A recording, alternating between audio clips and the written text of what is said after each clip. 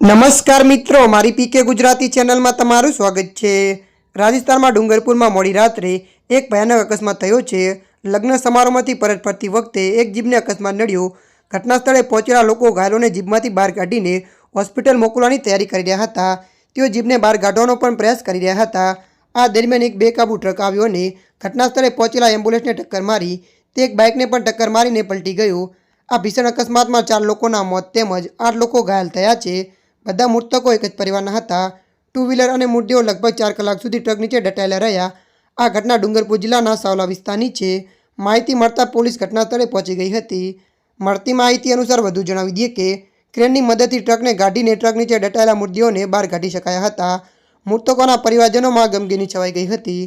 ત્યારે મિત્રો, હાલ માટે આટલું। મળીશું નવી અપડેટ સાથે। જો તમને અમારો વિડીયો પસંદ આવે, લાઇક, શેર અને સબસ્ક્રાઈબ કરી નાખજો। ધન્યવાદ।